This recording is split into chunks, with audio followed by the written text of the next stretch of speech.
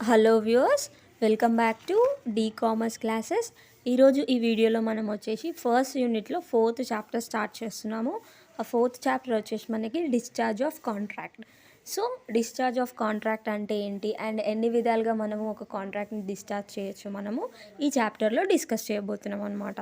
So without getting late, let's begin with our chapter now. So first వచ్చేసి మనము discharge of contract అంటే meaning ఏంటో మనం ఇప్పుడు తెలుసుకుందాం. So discharge of contract, it means putting an end to the contract are termination. It is act of making a contract null. అంటే ఏంటి అని అంటే, ఇప్పుడు మనకి ఒక కాంట్రాక్ట్లోకి ఎంటర్ అయినప్పుడు మనకి కొన్ని ఆబ్లిగేషన్స్, అంటే మనం చేయాల్సిన పనులు, మన రైట్స్ అని అంటే మనం చేయించుకోవాల్సిన పనులు ఉంటాయి కదా. సో అవి మన రైట్ అనమాట. అండ్ మనకు వచ్చే బెనిఫిట్ కూడా తీసుకోవడం మన రైట్. సో ఈ రైట్స్ అండ్ ఆబ్లిగేషన్స్కి ఒక ఎండ్ పాయింట్ పెట్టడమే అండ్ వాటిని టర్మినేట్ చేయడమే మనము డిశ్చార్జ్ ఆఫ్ కాంట్రాక్ట్ అని చెప్తాం అనమాట. సో ఇప్పుడు మనం చేస్తా అన్న పని చేసేసామనుకోండి, అప్పుడు మనం డిశ్చార్జ్ ఆఫ్ కాంట్రాక్ట్ అయిపోతుంది అనమాట. ఏ అండ్ బి, నువ్వు నా కోసం ఈ పని చేయి, నేను నీ కోసం ఈ పని చేస్తా అని చెప్పారు. ఓకే అన్నప్పుడు వాళ్ళిద్దరు ఆ పనులు చేసేస్తే ఆ కాంట్రాక్ట్ అనేది డిశ్చార్జ్ అయిపోతుంది. అంటే రైట్స్ డిశ్చార్జ్ అయిపోతాయి, ఆబ్లిగేషన్స్ కూడా డిశ్చార్జ్ అయిపోతాయి. అండ్ నెక్స్ట్, ఇప్పుడు ఒప్పుకున్న పని చేయలేదు అని అనుకోండి, క్యాన్సిల్ అయిపోయింది. ఓకే ఇద్దరు ఒప్పుకున్నారు, నేను ఇది చేయలేను అని చెప్పి ఏ చెప్పాడు, బి ఓకే అని చెప్పాడు. సో ఈ విధంగా కూడా మనము ఆ రైట్స్ అండ్ ఆబ్లిగేషన్స్ని ఎండ్ చేసేసేయచ్చు అనమాట. ఇంకా ఫర్దర్గా వాళ్ళు లీగల్గా బైండింగ్ అయి ఉండాల్సిన అవసరం లేదు ఇంకా అన్నప్పుడు దాన్ని మనము డిశ్చార్జ్ ఆఫ్ కాంట్రాక్ట్ అంటాం అనమాట. సో అందుకనే లీగల్గా బైండింగ్ ఉండదు కాబట్టి it is the act of making a contract null. అంటే లీగల్గా బైండింగ్ ఇంకా ఉండదు అనమాట.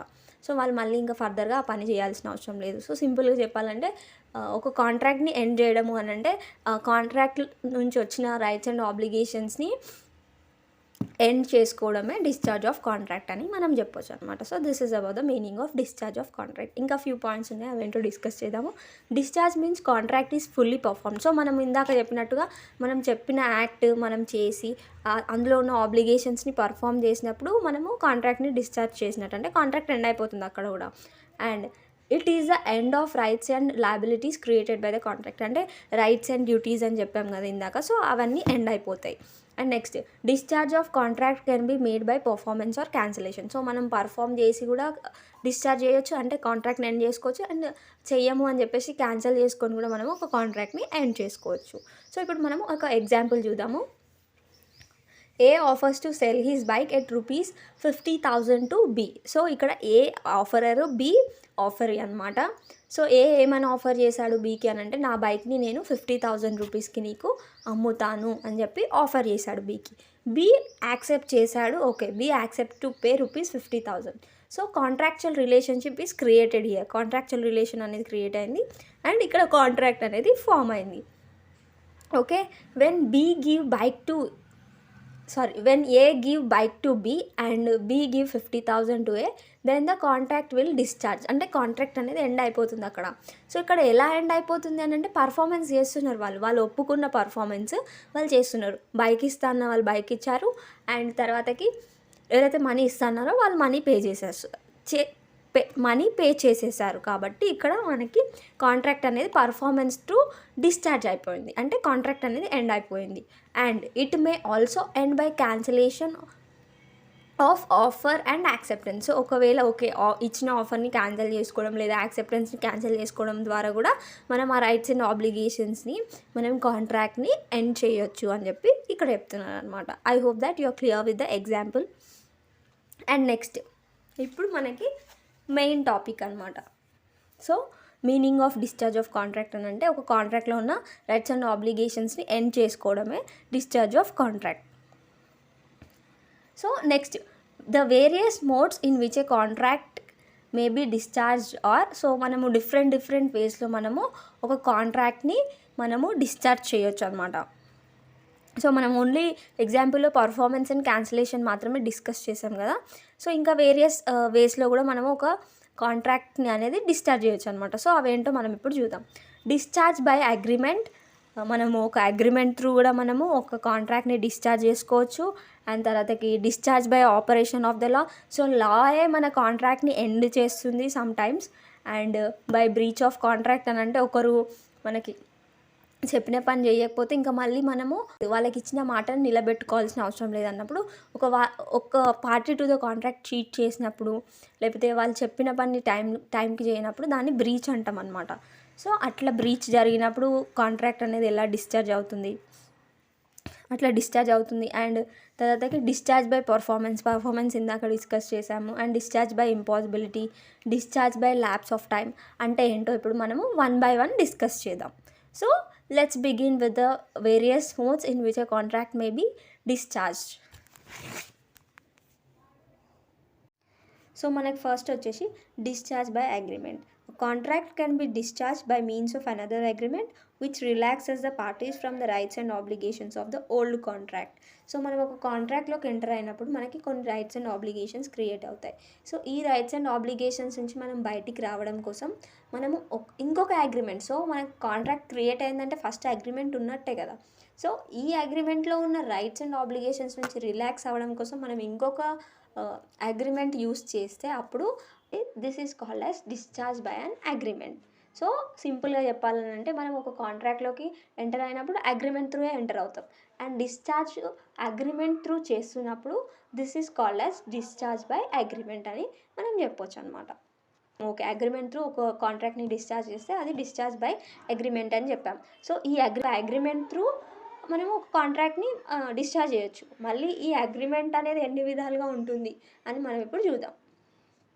ఫస్ట్ వచ్చేసి నోవేషన్ అంటే ఏంటో మనం ఇప్పుడు చూద్దాం. So when new contract is made to replace the old contract it is called as novation. So novation అంటే ఏంటి అని అంటే ఓల్డ్ కాంట్రాక్ట్ని మనము న్యూ కాంట్రాక్ట్తో రీప్లేస్ చేస్తున్నప్పుడు దాన్ని మనము నోవేషన్ అంటాం అనమాట. సో ఈ నోవేషన్ అనేది 2 విధాలుగా జరగవచ్చు. సో ఓల్డ్ కాంట్రాక్ట్లో మనకి ఏబి పార్టీస్ మాత్రమే ఉండొచ్చు. అండ్ న్యూ కాంట్రాక్ట్లో వచ్చేసరికి పార్టీస్ చేంజ్ అవ్వచ్చు, బీసీ కావచ్చు, ఏసీ కావచ్చు, అట్లా అనమాట. ఇంకా వేరే పార్టీస్ కూడా రావచ్చు. సో ఈ విధంగా కూడా మనం ఒక న్యూ కాంట్రాక్ట్ని ఫామ్ చేయొచ్చు. సో ఇది కూడా నోవేషన్ అంటాం. అండ్ జస్ట్ ఓల్డ్ కాంట్రాక్ట్ని న్యూ కాంట్రాక్ట్తో రీప్లేస్ చేసినప్పుడు కూడా మనము నోవేషన్ అని చెప్పొచ్చు అనమాట. So essentials of a novation. So మనకి నోవేషన్ జరగాలి అని అంటే కొన్ని ఎసెన్షియల్స్ ఉండాలి అనమాట. సో ఫస్ట్ వచ్చేసి అందరి కన్సెంట్ ఉండాలన్నమాట. పార్టీస్ టు ద కాంట్రాక్ట్ ఉంటారు కదా. ఫర్ ఎగ్జాంపుల్ ఏబీ ఉన్నారనుకోండి. సో ఏబీ ఇష్టపూర్వకంగానే న్యూ కాంట్రాక్ట్ని రీప్లేస్ చేయడానికి ఒప్పుకోవాలి. So this is about first essential. And second essential వచ్చేసి న్యూ కాంట్రాక్ట్ ఏదైతే ఫామ్ అవుతుందో ఆ కాంట్రాక్ట్కి ఎన్ఫోర్సబిలిటీ బై లా ఉండాలి. అండ్ థర్డ్ వన్ వచ్చేసి టైం అని అంటే లైక్ ఇప్పుడు ఓల్డ్ కాంట్రాక్ట్ 3 years లోపే పర్ఫామ్ చేయాలి అని అనుకుందాం. సో ఈ 3 years లోపే ఆ ఓల్డ్ కాంట్రాక్ట్ని రీప్లేస్ చేయాలన్నమాట. 3 years తర్వాత రీప్లేస్ చేసినా కానీ అది వ్యాలిడ్ ఉండదు. సో కాబట్టి ఈ 3 ఎసెన్షియల్స్ ఫుల్ఫిల్ అయినప్పుడే ఆ యొక్క నోవేషన్ అనేది జరుగుతుంది. So this is about the essentials of novation. And ఇప్పుడు this is first way in which we can discharge a contract by an agreement. So అగ్రిమెంటే అవుతుంది కదా ఇక్కడ కూడా నోవేషన్లో కూడా. And second type of agreement ఎట్లా చేయొచ్చో మనం చూద్దాం. అండ్ నెక్స్ట్ వచ్చేసి alteration. So when some terms and conditions of the contract are changed by an agreement between the parties it is called as alteration. So alteration అంటే ఏంటి, మనం కొన్ని changes చేస్తే దాన్ని ఆల్టరేషన్ అంటాం కదా. సో అదే కాంట్రాక్ట్లో కొన్ని చేంజెస్ చేసినాం అనుకోండి, అక్కడ కూడా మనము ఆల్టరేషన్ అని చెప్తాం. సో ఈ ఆల్టరేషన్ అనేది ఎలా జరుగుతుంది మరి కాంట్రాక్ట్లో అని అంటే ఊరికనే మనం ఇట్లా చేంజ్ చేయడానికి ఉండదు కదా. సో ఒక మ్యూచువల్ అగ్రిమెంట్ త్రూ అంటే parties to the contract agreement చేసుకొని, అంటే ఇప్పుడు మనము కొన్ని చేంజెస్ చేద్దాము మనకు ఉన్న కాంట్రాక్ట్లో అని చెప్పేసి వాళ్ళు ఒక అగ్రిమెంట్ చేసుకొని ఎప్పుడైతే చేంజెస్ చేస్తారో కాంట్రాక్ట్లో ఉన్న సమ్ టర్మ్స్ అండ్ కండిషన్స్కి, సో అప్పుడు దాన్ని ఆల్టరేషన్ అని చెప్తాం అనమాట. So this is about the alteration. So మనం ఇప్పుడు ఒక ఎగ్జాంపుల్ చూద్దాము. So first A and B ఇద్దరు ఒక కాంట్రాక్ట్లోకి ఎంటర్ అయ్యారు. ఏం చెప్పాడు అని అంటే 80 tons ఆఫ్ కాటన్ 1st Januaryకి సప్లై చేస్తా అని చెప్పేసి ఒక అగ్రిమెంట్ చేశాడనమాట. ఒక కాంట్రాక్ట్ చేసుకున్నారు ఏ అండ్ బి ఇద్దరు.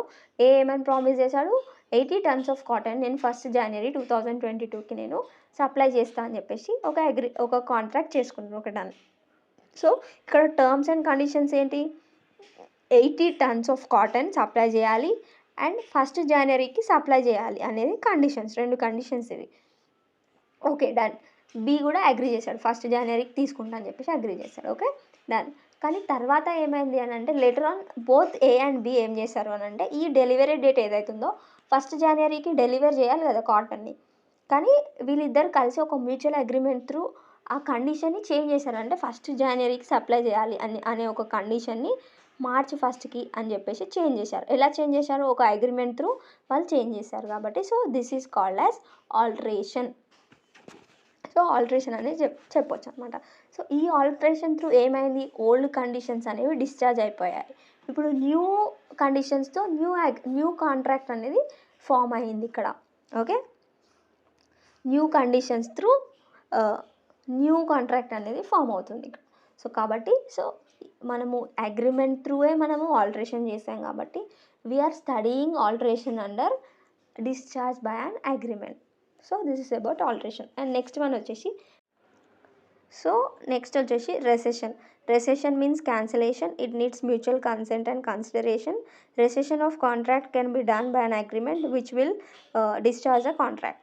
సో రెసెషన్ అంటే ఏమి లేదు, సింపుల్గా చెప్పాలంటే ఒక కాంట్రాక్ట్ని క్యాన్సిల్ చేసుకోవడాన్ని రెసెషన్ అంటాం.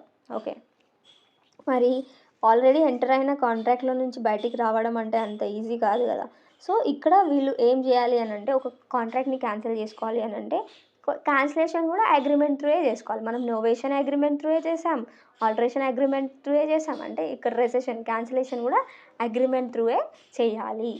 అండ్ ఈ అగ్రిమెంట్ చేసేటప్పుడు ఏం ఉండాలి అని అంటే లైక్ ఇద్దరి కన్సెంట్ ఉండాలి. ఇద్దరిని కన్సెంట్ చేసిన తర్వాతకే వాళ్ళు ఆ యొక్క అగ్రిమెంట్ అనేది క్యాన్సిల్ చేసుకోవాలన్నమాట. ఇద్దరు కన్సెంట్ ఇవ్వాలి. ఎవరైతే for example 2 parties A and B ఉన్నారు అనుకుందాం కాంట్రాక్ట్లో.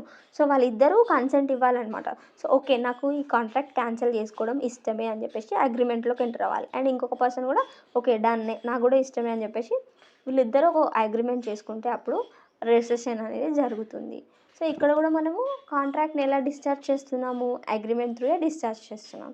కాబట్టి we are discussing rescission under discharge by an agreement. So this is about recession. And 4th one వచ్చేసి remission. Remission means acceptance of lesser amount of performance than what was actually due under the contract. So ఎప్పుడైతే మనము ఒక కాంట్రాక్ట్లో ఒక performance చేయాలో అని అనుకున్నాం, లేకపోతే ఒక అమౌంట్ ఇవ్వాలి అని అనుకుందాం. సో ఆ అమౌంట్ ఏదైతే ఇవ్వాలో దానికన్నా తక్కువ ఇచ్చినప్పుడు లేదా పర్ఫార్మెన్స్ చేయాలి అన్నప్పుడు ఫుల్ కాకుండా ఆఫ్ పర్ఫార్మెన్స్ చేసినప్పుడు అది యాక్సెప్ట్ చేయబడినప్పుడు దాన్ని రెమిషన్ అంటాం అనమాట. సో రిమిషన్ అంటాం అనమాట. So the discharge of contract can take place by agreement to pay and accept lesser amount then what is due. So ఇందాక డిస్కస్ చేసాం కదా. సో ఇవ్వాల్సిన దానికన్నా తక్కువ ఇచ్చినప్పుడు కూడా యాక్సెప్ట్ చేసినప్పుడు దాన్ని రెమిషన్ అంటాం. సో ఇది మళ్ళీ ఈ రెమిషన్ అనేది ఎలా జరుగుతుంది, ఇది కూడా అగ్రిమెంట్ త్రూయే జరుగుతుంది. సో ఓకే, నాకు 1000 రూపీస్ ఇవ్వాలి కానీ 900 రూపీసే ఇస్తున్నాడు, ఓకే ఐ యాక్సెప్ట్ దిస్ అని చెప్పేసి ఒక అగ్రిమెంట్లోకి ఎంటర్ అవుతారనమాట. సో నేను 1000 రూపీస్ ఇవ్వాలి కానీ 900 రూపీసే ఇస్తున్నా అండ్ 1000 రూపీస్ తీసుకోవాలి 900 రూపీసే తీసుకుంటున్నా అని చెప్పేసి ఒక అగ్రిమెంట్లోకి ఎంటర్ అవుతారనమాట. సో ఇట్లా ఎప్పుడైతే ఒక అమౌంట్ కన్నా తక్కువ అమౌంట్ ఇచ్చినప్పుడు దాన్ని మనము రెమిషన్ అంటాం అనమాట. సో ఈ రెమిషన్ కూడా మనకి అగ్రిమెంట్ త్రూయే జరుగుతుంది కాబట్టి అండ్ ఆ కాంట్రాక్ట్ అనేది ఎండ్ అయిపోతుంది. తక్కువ అమౌంట్ ఇచ్చినా కానీ ఆ కాంట్రాక్ట్ అనేది ఎండ్ అయిపోతుంది కదా. సో ఎలా ఎండ్ అయిపోతుంది, అగ్రిమెంట్ త్రూయే ఎండ్ అయిపోతుంది. సో కాబట్టి మనము ఈ రిమిషన్ని కూడా మనము డిశ్చార్జ్ బై అగ్రిమెంట్ కింద మనము డిస్కస్ చేస్తున్నాం అనమాట. So this is about remission. And మనకి కొన్ని టెక్స్ట్ బుక్స్లో డిశ్చార్జ్ బై అగ్రిమెంట్లో టైప్స్ ఆఫ్ అగ్రిమెంట్స్ ఎలా చేసుకుంటారు అనే దాన్ని బట్టి మనకి waiver and accord and satisfaction అనే పాయింట్స్ కూడా ఇస్తారు. ఇవి రెండు not related to the agreement కాబట్టి I am not discussing those points here. Okay, with this we have completed the discharge of contract by agreement. So మనం discharge of కాంట్రాక్ట్లో discharge by an agreement అయిపోయింది. And discharge by an agreement ఎన్ని వేస్లో చేయొచ్చు, first వచ్చేసి Novation, second వచ్చేసి alteration, third వచ్చేసి recession, fourth వచ్చేసి remission. So ఈ 4 వేస్లో మనము ఒక కాంట్రాక్ట్ని అగ్రిమెంట్ త్రూ డిశ్చార్జ్ చేయొచ్చు అనమాట. So this is first mode of discharge of contract. So next mode of discharge of contract is discharge by performance. So discharge by performance అంటే ఏంటి, మనము ఏదైతే పని చేస్తామని ఒప్పుకున్నామో కాంట్రాక్ట్లోకి ఎంటర్ అవుతున్నప్పుడు, సో ఆ పని చేసేస్తే ఆటోమేటిక్గా ఇంకా అక్కడ చేయడానికి ఏం పని ఉండదు కాబట్టి ఆ కాంట్రాక్ట్ అనేది ఎండ్ అయిపోతుంది, అందులో రైట్స్ అండ్ ఆబ్లిగేషన్స్ అనేవి ఎండ్ అయిపోతాయి. సో కాబట్టి ఇలా ఎప్పుడైతే పర్ఫార్మెన్స్ చేసి మనం ఒక కాంట్రాక్ట్కి ఎండ్ పాయింట్ పెడతామో అప్పుడు ఆ యొక్క టైప్ ఆఫ్ డిశ్చార్జ్ని మనము డిశ్చార్జ్ బై పర్ఫార్మెన్స్ అని చెప్తాం. సో ఇప్పుడు చూద్దాం. So discharge by performance, when the performance agreed to be given had been given it leads to automatic discharge of the contract. So మనం ఆ పని చేసినప్పుడు, మనం ఒప్పుకున్న పని చేసినప్పుడు అది ఆటోమేటిక్గా డిశ్చార్జ్ అయిపోతుంది. In other words it is fulfilment of obligation by both the parties. So ఎవరైతే పార్టీస్ టు ద కాంట్రాక్ట్ ఉన్నారో వాళ్ళు ఏదైతే అగ్రీ చేశారో, ఏదైతే వర్క్ చేస్తామని, సో ఆ వర్క్ చేసేసినప్పుడు, ఫుల్ఫిల్ చేసినప్పుడు ఆబ్లిగేషన్ అనేది ఫుల్ఫిల్ అవుతుంది అండ్ ఆటోమేటిక్గా కాంట్రాక్ట్ అనేది డిశ్చార్జ్ అయిపోతుంది. So this is about the second mode of discharge of a contract, that is discharge by performance. And third mode of discharge of a contract వచ్చేసి discharge by operation of the law. So ఇక్కడ మనము discharge చేయము కాంట్రాక్ట్ని, లాయే contracts అన్నిటిని discharge చేస్తుంది అన్నప్పుడు that is discharge by operation of the law. So మరి ఎప్పుడెప్పుడు మనకి లా కాంట్రాక్ట్స్ని ఎండ్ చేస్తుంది అని అంటే, ఫస్ట్ వచ్చేసి ఇన్సాల్వెన్సీ, సెకండ్ వచ్చేసి మర్జర్, థర్డ్ వచ్చేసి ఆల్టరేషన్, ఫోర్త్ వచ్చేసి డెత్. సో ఇవేంటో మనం ఇప్పుడు చూద్దాం. సో ఫస్ట్ వచ్చేసి ఇన్సాల్వెన్సీ. సో ఇన్సాల్వెన్సీ అంటే ఏంటి అని అంటే, ఒక పర్సన్ ఎప్పుడైతే అతను పే చేస్తా ఉన్న అమౌంట్, పే చేయాల్సిన అమౌంట్ పే చేయలేని సిచ్యువేషన్లు ఉంటాడో అప్పుడు మనము ఆ పర్సన్ని ఇన్సాల్వెంట్ పర్సన్ అంటాం అనమాట. సో అంటే when a person is unable to pay his debts అన్నప్పుడు అతను ఇన్సాల్వెంట్ పర్సన్ అని చెప్తాం అనమాట. So when a person become insolvent the law discharges all the contracts to pay liabilities to his creditors. అంటే ఒక పర్సన్ ఆల్రెడీ కాంట్రాక్ట్స్లోకి enter అయ్యాడు, okay. So అప్పటి వరకు అతను కొన్ని ఆబ్లిగేషన్స్ పర్ఫామ్ చేయాల్సినవి ఉంటాయి, కొంత అమౌంట్ పే చేయాల్సి ఉంటుంది అనుకున్నాం ఫర్ ఎగ్జాంపుల్. సో అప్పుడు ఏమవుతుంది అని అంటే, ఇతను ఇన్సాల్వెంట్గా కోర్టు డిక్లేర్ చేస్తుంది అనమాట. ఇతను పిటిషన్ వేస్తాడు, నేను ఇన్సాల్వెంట్ అయిపోయాను అని చెప్పేసి. సో ఆ కోర్టు ఓకే నువ్వు నిజంగానే ఇన్సాల్వెంట్ అని డిక్లేర్ చేసినప్పుడు కోర్టు ఏం చేస్తుంది అని అంటే, ఇతను ఏ అయితే కాంట్రాక్ట్లోకి ఎంటర్ అయ్యాడో ఆ కాంట్రాక్ట్స్ అన్నిటిని డిశ్చార్జ్ చేస్తుంది అనమాట. అండ్ ఆఫీషియల్ రిసీవర్ని అపాయింట్ చేస్తుంది. సో ఇతనికి ఏవైతే ఆబ్లిగేషన్స్ ఉన్నాయో, రైట్స్ ఉన్నాయో అవన్నీ ఈ ఆఫీషియల్ రిసీవర్కి ట్రాన్స్ఫర్ అయిపోతాయి అనమాట. సో ఇతను ఇంకా ఏం చేయాల్సింది ఏమీ ఉండదు అండ్ ఆ ఆఫీషియల్ రిసీవరే అన్ని పనులు చూసుకుంటాడు అనమాట. So this is about insolvency. So ఒక పర్సన్ ఇన్సాల్వెంట్ అని డిక్లేర్ చేయగానే అతను ఎంటర్ అయిన కాంట్రాక్ట్స్ అన్నిటిని డిశ్చార్జ్ చేస్తుంది లా అని చెప్పొచ్చు అనమాట. This is about insolvency. So next వచ్చేసి merger. Law discharges the contract when some new actions of the parties dissolves the rights and obligations of the old contract and merges in to their new actions. So ఎప్పుడు law discharge చేస్తుంది కాంట్రాక్ట్ని అని అంటే, ఎప్పుడైతే parties to the contract కొన్ని new actions తీసుకోవడం వల్ల old rights and obligations ఉంటాయి కదా, కాంట్రాక్ట్లో రైట్స్ అండ్ ఆబ్లిగేషన్స్ ఉంటాయి కదా, సో అవి న్యూ కాంట్రాక్ట్ రైట్స్ అండ్ ఆబ్లిగేషన్స్తో మర్జ్ అయిపోయినప్పుడు ఈ ఓల్డ్ రైట్స్ అండ్ ఆబ్లిగేషన్స్ అనేవి ఇంకా పర్ఫామ్ చేయడానికి ఉండదు, కాబట్టి ఇవి ఓల్డ్ కాంట్రాక్ట్ అనేది డిశ్చార్జ్ అయిపోతుంది అని చెప్పి మనకి ఈ పాయింట్ చెప్తుంది అనమాట. సో ఒక ఎగ్జాంపుల్తో డిస్కస్ చేస్తే మనకి ఇంకా బాగా అర్థమవుతుంది. సో ఇప్పుడు మనము ఒక ఎగ్జాంపుల్ చూద్దాము. A took a house for rent from B. A B దగ్గర నుంచి ఒక హౌస్ని రెంట్కి తీసుకున్నాడు అనుకుందాం. ఫర్ 1 year, 1 yearకి రెంట్కి తీసుకున్నాడు, అంటే 12 monthsకి రెంట్కి తీసుకున్నాడు, okay. After 6 months A buys that house, okay. 1 yearకి రెంట్కి తీసుకున్నాడు కదా, కానీ న్యూ యాక్షన్ ఏంటి ఇక్కడ, 6 months తర్వాతకి ఆ యొక్క హౌస్ని అతను కొనుక్కున్నాడు. Now the old contract of lease merged with the new action of buying the house. So ఇప్పుడు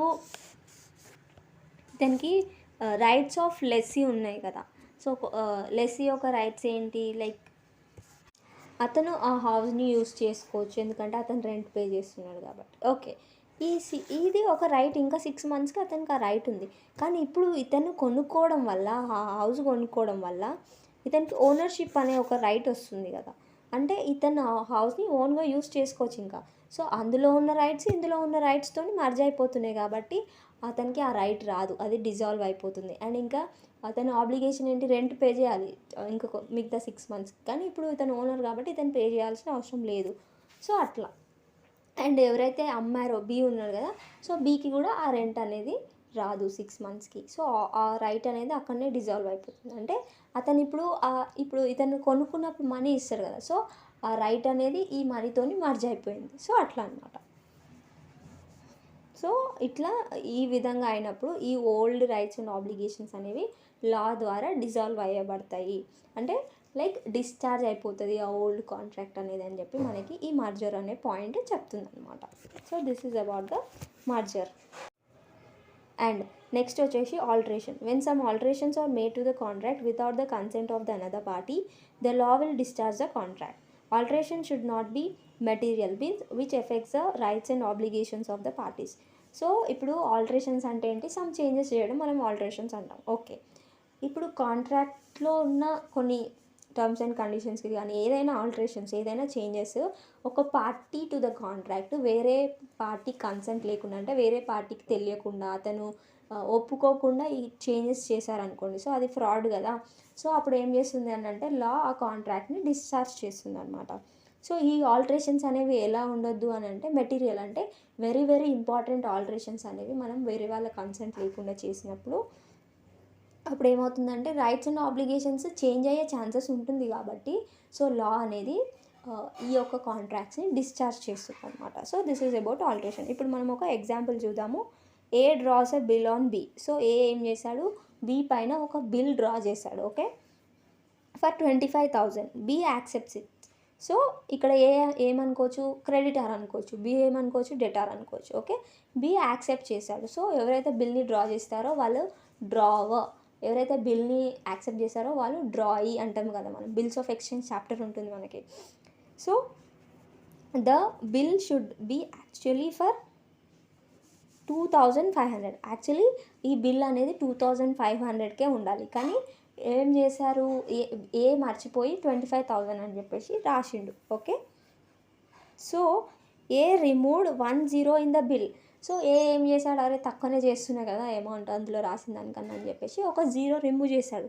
ఇక్కడ ఏమైంది, ఇక్కడ అతని ఆబ్లిగేషన్ రైట్ అనేవి తారుమారు అయినాయి కదా. 25,000 ఇక్కడ 2,500 అయిపోయింది. సో అంటే చాలా చేంజ్ ఉంది కదా, చాలా ఎఫెక్ట్ చూపిస్తుంది అది. సో కాబట్టి if it is a material alteration, so material alteration ఇది కాబట్టి వెరీ వెరీ ఇంపార్టెంట్ ఆల్టరేషన్. ఇక్కడ అతనికి 25,000 రావాల్సింది 2,500 వస్తుంది, అతను 25,000 పే చేయాల్సింది 2,500 పే చేయాలి. సో కాబట్టి రైట్స్ అండ్ ఆబ్లిగేషన్స్ అనేలా చేంజ్ అయింది కదా. సో అందుకనే ఇది material change. So law will discharge a contract though it is a correct figure. So అది కరెక్ట్ ఫిగరే అయినా కానీ అతను యాక్చువల్ 2,500 బిల్ డ్రా చేయాలి, కానీ బై మిస్టేక్ 25,000 డ్రా చేశారు. కానీ అది కరెక్ట్ ఫిగర్ అయినా కానీ లా ఇట్లాంటి ఆల్టరేషన్స్ అవి చేసినప్పుడు అది ఆ కాంట్రాక్ట్ని డిశ్చార్జ్ చేస్తుంది అని చెప్పి చెప్తుంది అనమాట. So this is about alteration. And next వచ్చేసి డెత్. సో ఇదేంటో చూద్దాం ఇప్పుడు మనం.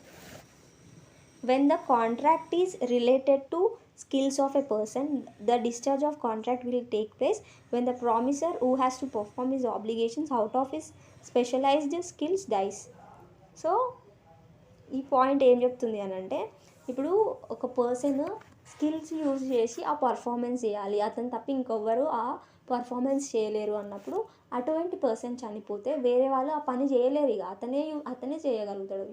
స్పెషలైజ్డ్ స్కిల్స్ యూజ్ చేసి ఆ పని చేయాలి అన్నప్పుడు ఒక కాంట్రాక్ట్లోకి ఎంటర్ అయ్యారు. ఓకే నేను చేస్తా అని చెప్పేసి వేరే వాళ్ళతో ఒక కాంట్రాక్ట్లోకి ఎంటర్ అయ్యారు, తర్వాతకి చనిపోయాడు అన్నప్పుడు ఇంకా వేరే వాళ్ళు ఆ పనిని చేయలేరు కాబట్టి సో కోర్ట్ ఏం చేస్తుందంటే ఆ యొక్క కాంట్రాక్ట్ని డిశ్చార్జ్ చేసేస్తుంది, అంటే ఎండ్ చేసేస్తుంది అని చెప్పొచ్చు అనమాట. అండ్ ఎగ్జాంపుల్ చూద్దాం ఇప్పుడు ఒకటి. సో ఎగ్జాంపుల్ వచ్చేసి doctor entered into a contract with A to do operation. So ఒక డాక్టర్ ఏ అనే పర్సన్తో ఒక కాంట్రాక్ట్లోకి ఎంటర్ అయ్యారనమాట. ఏమని అంటే నేను నీకు ఆపరేషన్ చేస్తాను అని చెప్పేసి. Okay, now doctor is dead. So doctor చనిపోయాడు కాంట్రాక్ట్లోకి ఎంటర్ అయిన తర్వాత. The doctor can only do that operation. So అది ఒక స్పెషల్ టైప్ ఆఫ్ ఆపరేషన్ అనుకుందాము. ఆ డాక్టర్ మాత్రమే ఆ ఆపరేషన్ చేయగలుగుతాడు. ఓకే. The contract discharges. ఇప్పుడు లా ఏం చేస్తుంది, ఇక ఒక పర్సనే చేయగలుగుతాడు, ఇంకా వేరే పర్సన్ ఎవరు చేయలేరు కాబట్టి అతను స్పెషలైజ్డ్ స్కిల్స్ యూస్ చేసి అతన్నే చేయగలుగుతాడు కాబట్టి అతనే చేయాలి కాబట్టి సో ఆ కాంట్రాక్ట్ అనేది డిశ్చార్జ్ అయిపోతుంది అనమాట. సో లా ఆ కాంట్రాక్ట్ని డిశ్చార్జ్ చేస్తుంది. So after that person may go to other doctor, that is different thing. కాకపోతే ఈ డాక్టర్కి ఎవరైతే చనిపోయిన డాక్టర్ ఉన్నారో అండ్ ఎవరైతే పేషెంట్ ఉన్నారో వాళ్ళిద్దరి మధ్యలో కాంట్రాక్ట్ అనేది ఎండ్ అయిపోతుంది అనమాట. So this is about the discharge of contract by the operation of the law. So మనకి లా అనేది ఎప్పుడు ఒక కాంట్రాక్ట్ని డిశ్చార్జ్ చేస్తుందంటే insolvency and merger, alteration and death. So this is about the third mode in which we can discharge a contract. So the fourth mode in which we can discharge a contract is discharge by breach. So ఒక కాంట్రాక్ట్లో breach జరిగినప్పుడు మనం ఒక కాంట్రాక్ట్ని discharge చేయొచ్చు అంట. So ఇదేంటో మనం ఇప్పుడు చూద్దాం. If any party fails to perform his obligation it is called as breach of contract.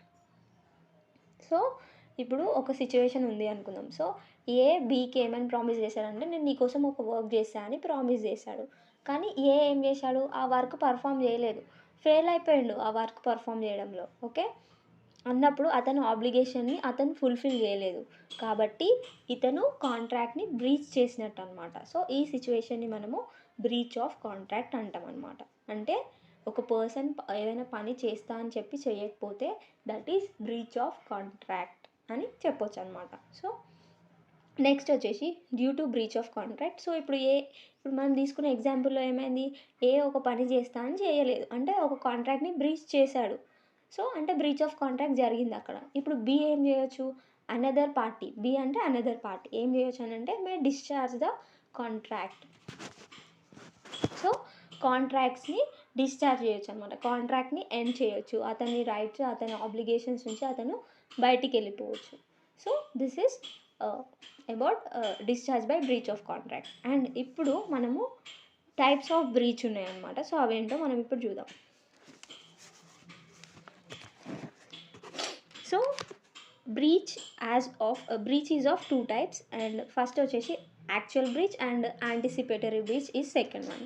So మళ్ళీ యాక్చువల్ బ్రీచ్ అనేది మనకి టూ టైప్స్లో జరుగుతుందన్నమాట. సో అదేంటో మనం ఇప్పుడు చూద్దాం. Actual breach it can takes place in two ways. So రెండు విధాలుగా మనకి యాక్చువల్ బ్రీచ్ అనేది జరగవచ్చు. సో ఫస్ట్ వచ్చేసి when performance is actually due అన్నప్పుడు అది యాక్చువల్ బ్రీచ్ యొక్క first way of actual breach. So ఇదేంటో చూద్దాం. When a person fails to fulfil his obligation to the contract he is liable to the breach. So అన్నప్పుడు so ఒక person అతను ఆ రోజు ఆ పని పర్ఫామ్ చేయాలి కానీ చేయలేదు అన్నప్పుడు అది when the performance is actually due. So actual breach when the performance is actually due అని మనం చెప్తాం అన్నమాట. So for example A has to pay 100 rupees to B but he did not pay. It is a breach by A అనమాట. So ఇది actually pay చేయాల్సిన time కానీ అతను pay చేయలేదు అన్నప్పుడు అది actual breach when it is actually due. Okay. And ఇంకొక example వచ్చేసి A on 31st May money pay చేయాలి బీకి అనుకుందాం. ఓకే, 20 rupees పే చేయాలి అనుకుందాం. కానీ 31st May రోజు యాక్చువల్లీ డ్యూ కదా, ఆ రోజు పే చేయాలి కాబట్టి ఆ రోజు డ్యూ, కానీ ఆ రోజు పే చేయలేదు అన్నప్పుడు అది actual breach when the performance is actually due అని మనం చెప్పచ్చు అనమాట. So this is first case under actual breach. And second case వచ్చేసి under actual breach when actually performing the contract. So ఇదేంటో మనం ఇప్పుడు చూద్దాం. Okay. When one party stops another party from fulfilling his obligation while he is performing is called as breach during performance. So ఈ point ఏం చెప్తుంది అని అంటే మనకి ఎప్పుడైతే ఒక పర్సన్ ఒక పని చేస్తున్నప్పుడు అతని ఆబ్లిగేషన్ అతను చేస్తా అని ఒప్పుకున్న పని చేస్తున్నప్పుడు ఇంకొక పర్సన్ వచ్చి అంటే ఇంకొక పార్టీ టు ద కాంట్రాక్ట్ వచ్చి అతన్ని చెయ్యనీయకుండా ఆపినప్పుడు అది మనకి ఏమవుతుంది అని అంటే actual breach when actually performing the contract. So అతను పర్ఫామ్ చేస్తున్నప్పుడు అతన్ని ఆపేశారు కాబట్టి so it is occurred when actually performing the contract అని మనం చెప్పొచ్చు అనమాట. సో ఇది మనం ఒక ఎగ్జాంపుల్ త్రూ చూద్దాము. ఏమని కాంట్రాక్ట్లోకి ఎంటర్ అయ్యాడు అని అంటే బీతోని A asked to B to supply 100 chairs. So A బీతో ఏమని కాంట్రాక్ట్లోకి ఎంటర్ అయ్యాడు అని అంటే బీకి ఏం చెప్పాడంటే బీబీ నువ్వు నాకు 100 చైర్స్ సప్లై చేయని చెప్పి అతనితో కాంట్రాక్ట్లోకి ఎంటర్ అయ్యాడు. సో బీ ఏం చేశాడు, చైర్స్ సప్లై చేయడం స్టార్ట్ చేసేసాడు. Okay, done. So first 50 chairs ఇతను సప్లై చేసేసాడు. ఓకే, ఇప్పుడు ఏమైంది అని అంటే ఏ వచ్చి ఏం చెప్పాడు అని అంటే ఓకే నాకు 50 చైర్స్ ఇనఫ్, నాకు ఇంకొక 50 చైర్స్ అవసరం లేదు అని చెప్పాడు. ఇతను సప్లై చేస్తున్న ప్రాసెస్లో అంటే అతను ఆబ్లిగేషన్ పర్ఫామ్ చేస్తున్న ప్రాసెస్లో ఏ వచ్చి ఏం చేశాడు, నాకు వద్దు ఇంకా అని చెప్పేసి అతని పర్ఫార్మెన్స్ని ఆపేశాడు. కాబట్టి సో ఇక్కడ బ్రీచ్ ఎవరైతే పర్ఫార్మెన్స్ని ఆపేస్తారో వాళ్ళు చేసినట్టు breach.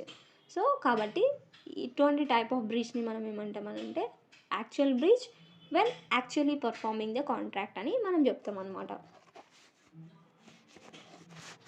So this is about actual breach. So actual breach అనేది 2 టైప్స్లో అవ్వచ్చు, and when performance is actually due and when actually performing the contract.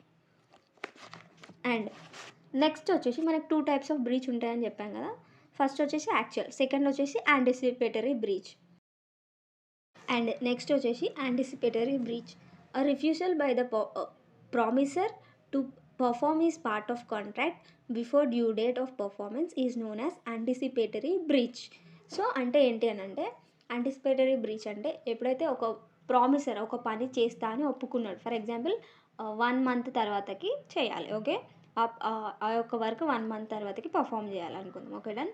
So ఆ 1 month కన్నా కొన్ని రోజుల ముందు అతను ఏం చెప్పాడనంటే నేను ఈ పర్ఫార్మెన్స్ చేయను అని చెప్పాడు అనుకుందాం. సో అప్పుడు అతను ఫెయిల్ అయినట్టే కదా పర్ఫార్మెన్స్ చేయడంలో, కానీ కొంత టైం ముందు చెప్పాడు కాబట్టి సో ఇటువంటి బ్రీచ్ని మనం ఏమంటామనంటే యాంటిసిపేటరీ బ్రీచ్ ఆఫ్ కాంట్రాక్ట్ అంటాం అనమాట. Anticipatory breach of contract. So performance చేయాల్సిన దానికన్నా కొన్ని రోజుల ముందు అతను రిఫ్యూజ్ చేస్తాడు అనమాట, నేను చేయను అని చెప్పేసి అన్నప్పుడు అది యాంటిసిపేటరీ బ్రీచ్ అవుతుందని మనం చెప్పొచ్చు అనమాట. ఇప్పుడు మనము ఒక ఎగ్జాంపుల్ చూద్దాము. ఎగ్జాంపుల్ వచ్చేసి A and B entered into a contract. A has to supply rice to B but before due date A says that he can't supply. Okay, A and B కాంట్రాక్ట్లోకి ఎంటర్ అయ్యారు. A ఏం చేయాలి, బీకి rice supply చేయాలి, కానీ before due date ఏ ఏం చేసిండు, నేను సప్లై చేయలేను రైస్ అని చెప్పాడు. This is called as anticipatory breach. Next and ఇంకొక కేస్ ఏంటి అని అంటే ఇప్పుడు మ్యారేజ్కి ఎంగేజ్మెంట్ అయిన తర్వాతకి వాళ్ళు మ్యారేజ్ చేసుకోను అని రిఫ్యూజ్ చేశారనుకోండి, సో అది కూడా యాంటిసిపేటరీ బ్రీచ్ అని మనం చెప్పొచ్చు అనమాట.